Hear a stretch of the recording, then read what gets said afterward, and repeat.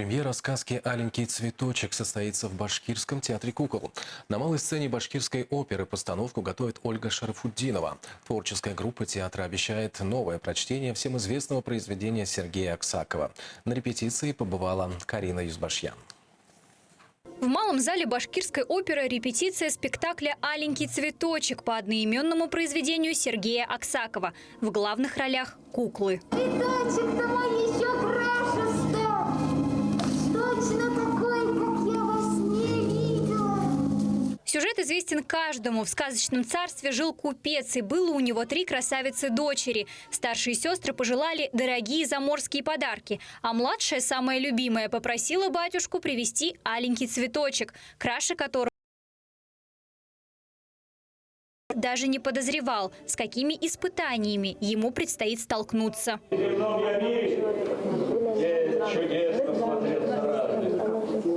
Там и взял я цветочек аленький.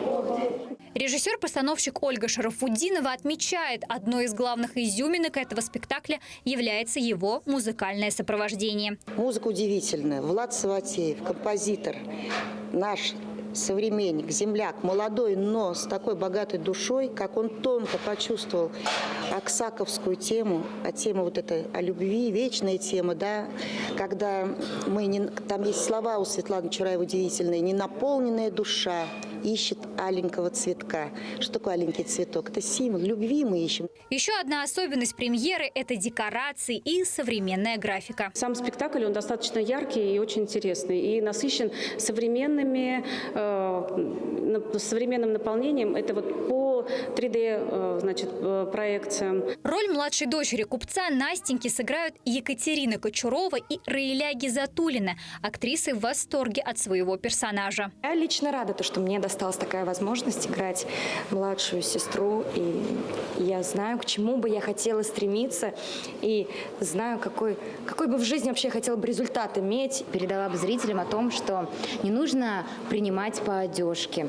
Мы же часто вот говорим: ой, что-то вот там некрасиво, еще что-нибудь. А надо взглянуть глубже в душу. Отца Настеньки сыграл Виталий Щербаков. По сюжету его герой, уплыв за дальние моря, нашел подарок для своей любимицы. Оказалось, что самый красивый цветок рос в саду у страшного чудища, который взамен приказал купцу прислать самое дорогое – его любимую дочь. Актер говорит про своего персонажа так. Я в чем-то его понимаю, да. Но я бы очень не хотел стать в его ситуации, где-то встретиться с чудищем, с каким-то таким. Ну, надо сказать, в жизни это же имеется в виду всежизненная эта история Аксаков. Он просто записывал истории народные. В финале спектакля происходит настоящее чудо. Доброе сердце красавицы, ее любовь и сострадание помогают снять магические чары с чудища.